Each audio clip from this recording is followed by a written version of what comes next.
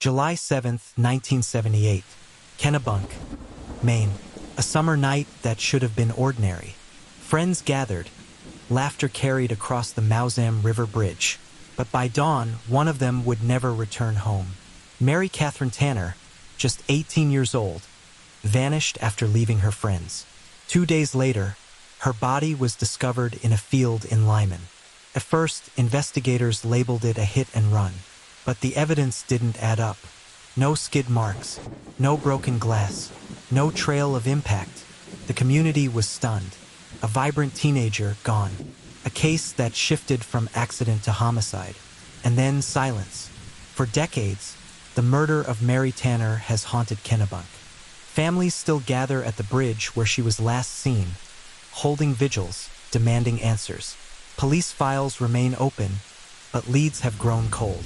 This is not just a story of a crime. It is a story of a town scarred, of justice delayed, and of a young woman whose life was cut short. Tonight, we revisit the case. We retrace the timeline. We confront the unanswered questions. And we ask, who killed Mary Tanner? You're watching Enter the Crime. We uncover the forgotten cases, the stories buried in silence. Tonight, the unsolved murder of Mary Catherine Tanner, Kennebunk, Maine, 1978. Stay with us as we break down the facts, the timeline, and the verdict in this haunting cold case. Mary Catherine Tanner was born into a modest Maine family, the youngest of 4 children. Her life, though brief, was marked by the kind of small-town rhythms that defined Kennebunk in the late 1970s. To understand the gravity of her murder, we must first understand who Mary was. Not just a victim, but a daughter, a sister, a friend, and a teenager with dreams. Mary was 18 years old in July 1978. She had graduated from Kennebunk High School only weeks earlier. Friends remembered her as a bright, energetic young woman who loved music and marching band. She was a majorette, often seen leading the band at football games, twirling her baton with confidence. Teachers described her as diligent, respectful, and eager to learn. Her peers called her loyal, someone who could be trusted to keep a secret or lend a hand when needed. Her family lived in a modest home, typical of Kennebunk's working-class neighborhoods. Her father worked long hours, her mother managed the household, and Mary often helped with chores. Despite the ordinary setting, Mary carried extraordinary warmth. She was known for her smile, wide, genuine, and contagious. Neighbors recalled her stopping to chat, even with older residents, always polite and cheerful. Mary's social life reflected the innocence of youth in a small town. She spent evenings with friends at the Mousam River Bridge, a popular gathering spot. They would talk, laugh, and watch the water flow beneath them. Kennebunk was not a place where teenagers feared violence. It was a town where doors were left unlocked, where parents trusted their children to walk home after dark. That trust would be shattered. Mary's ambitions were modest but meaningful. She had spoken about wanting to work locally, perhaps in retail or clerical work, while saving money to explore opportunities beyond Kennebunk. She was not reckless, nor was she naive. Friends described her as cautious, someone who avoided unnecessary risks. Yet on July 7, 1978, she disappeared into the night, and her caution could not protect her. The discovery of her body 2 days later transformed her from a teenager with dreams into a symbol of tragedy. Found in a field in Lyman, her death was initially ruled a hit and run. But the absence of evidence, no tire marks, no broken glass, no debris, raised questions. Mary's family, devastated, demanded answers. The community, stunned, struggled to reconcile the image of the smiling majorette with the grim reality of her death. Mary's humanity is central to this story. She was not a statistic. She was not simply a victim. She was a young woman whose life mattered, whose presence enriched her family and friends, and whose absence left a void that has never been filled. To tell her story is to honor her memory, to remind us that behind every cold case file lies a person who once lived, laughed, and dreamed. Mary Tanner's family has kept the case alive for decades. Her brother, Charlie, has publicly said he still hopes for a confession, and that an arrest would not bring Mary back, but would answer the questions that have haunted them. Family members describe a routine of anniversaries and vigils, small, private rituals that marked the absence as much as the date. Those rituals became public gatherings over time. Each July, neighbors and former classmates returned to the Mousam River Bridge where Mary was last seen, lighting candles and reading names.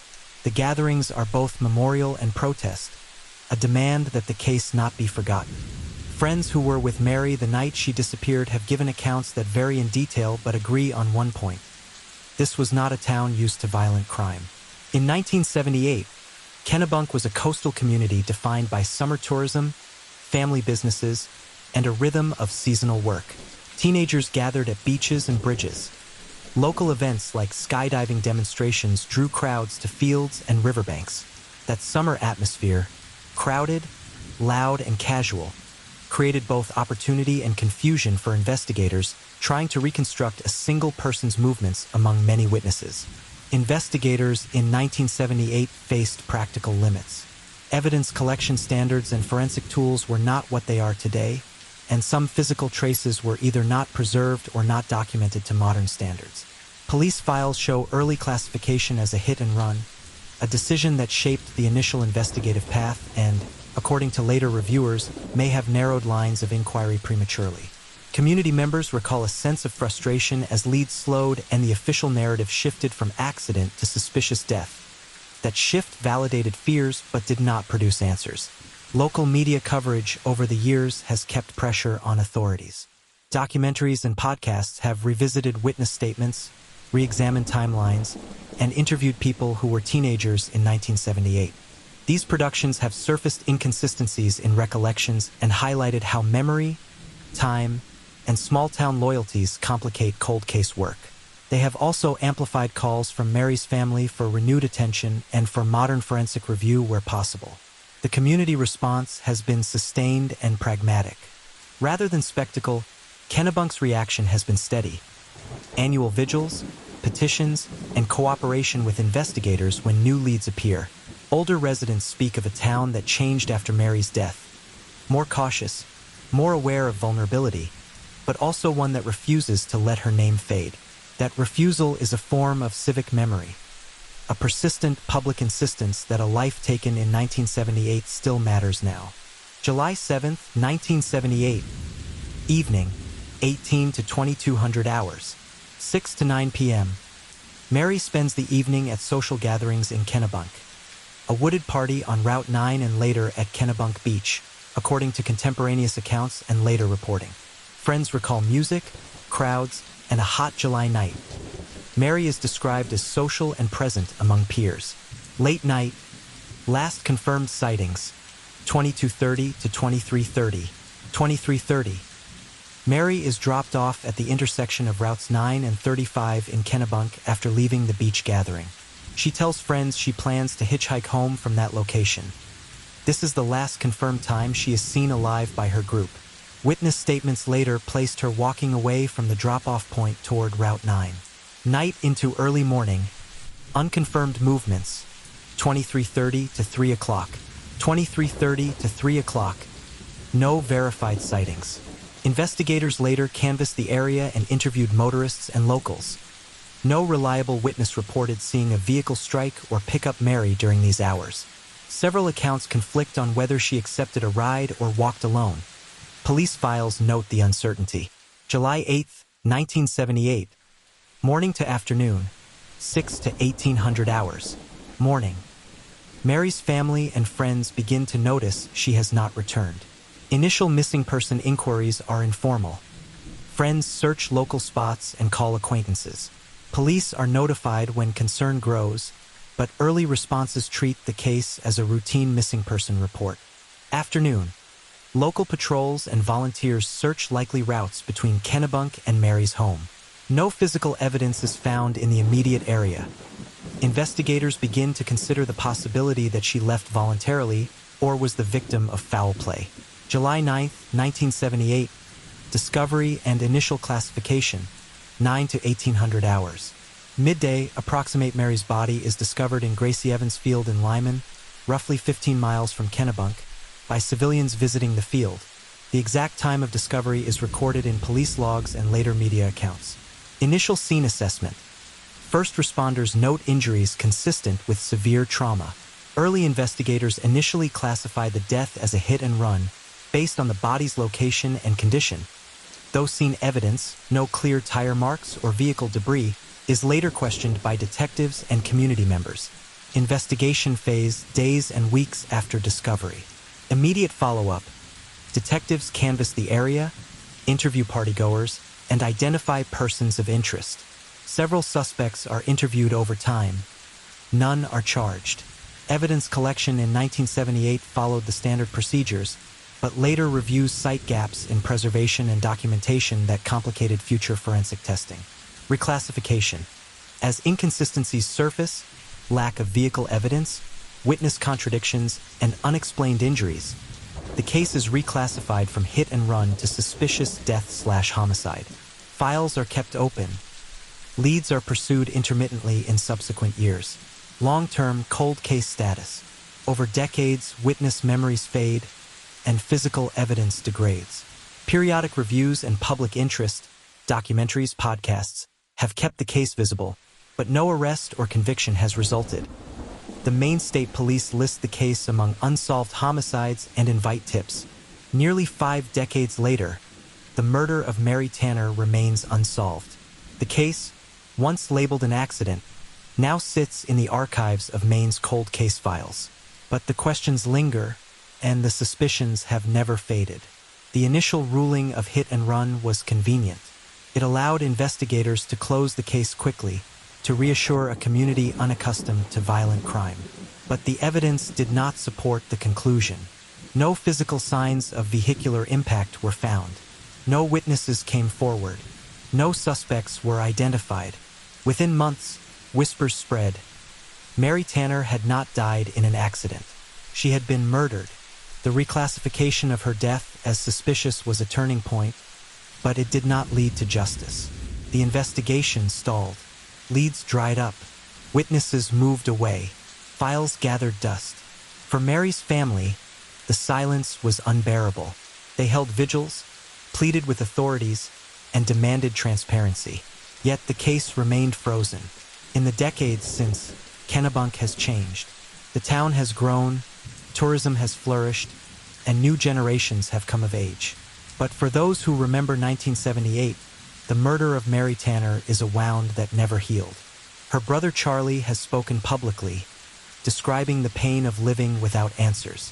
He has called for renewed investigation, for modern forensic techniques to be applied to old evidence. His voice echoes the frustration of many who believe the truth is still out there. Cold case detectives in Maine acknowledge the challenges. Evidence from the 1970s was not preserved with the rigor of modern standards. Witness memories have faded. Potential suspects may have died. Yet advances in DNA analysis, digital forensics, and investigative techniques offer hope. Cases once thought unsolvable have been cracked decades later. Could Mary Tanner's case be one of them? The verdict, then, is not closure. It is a haunting reminder of justice delayed. Mary Tanner's murder remains unsolved. The file is open, but the trail is cold. The community continues to gather at the Mousam River Bridge, holding vigils, lighting candles, and remembering the teenager whose life was stolen. They demand answers not just for Mary, but for the integrity of justice itself. The cold case status is a verdict of silence. It is the absence of resolution, the persistence of mystery. It is the reminder that behind every unsolved crime lies a family waiting, a community grieving, and a victim whose voice has been silenced. For Mary Tanner, that silence has lasted nearly 50 years. The question remains, who killed her and why? Investigative failures and misleads. From the outset, the investigation was hampered by procedural limits and assumptions. The body was found in Gracie-Evans Field in Lyman on July 9, 1978, and the death was initially treated as a hit and run before being reclassified as suspicious. That early classification shaped the investigative focus, directing resources toward vehicle evidence that was never found and away from other lines of inquiry. Scene documentation and evidence preservation in 1978 did not meet modern standards. Reports and later reviews noted gaps in the chain of custody records and incomplete forensic sampling. Witness interviews were inconsistent, and some statements were not recorded with the rigor now expected, leaving contradictions that could not be reconciled years later. Detective work at the time relied heavily on eyewitness memory and local canvassing. As weeks turned into months, leads cooled. Potential suspects were interviewed but not charged, and physical evidence that could have been re-examined using later DNA methods was either lost, degraded, or never collected in a manner that preserved its evidentiary value. Institutional constraints, limited forensic labs, fewer trained homicide investigators in rural jurisdictions, and the pressure to close cases quickly all contributed to investigative blind spots. Community activism and memory work. The community response has been persistent and practical rather than performative. Family members, classmates, and neighbors have kept Mary's name in public view through annual vigils at the Mousam River Bridge, local petitions, and cooperation with journalists and documentarians who revisited the case decades later. These efforts served two purposes. They pressured law enforcement to keep the file open, and they preserved collective memory in a town that otherwise might have moved on. Local media, independent filmmakers, and true crime podcasters have amplified those calls, re-examining timelines and interviewing witnesses who were teenagers in 1978.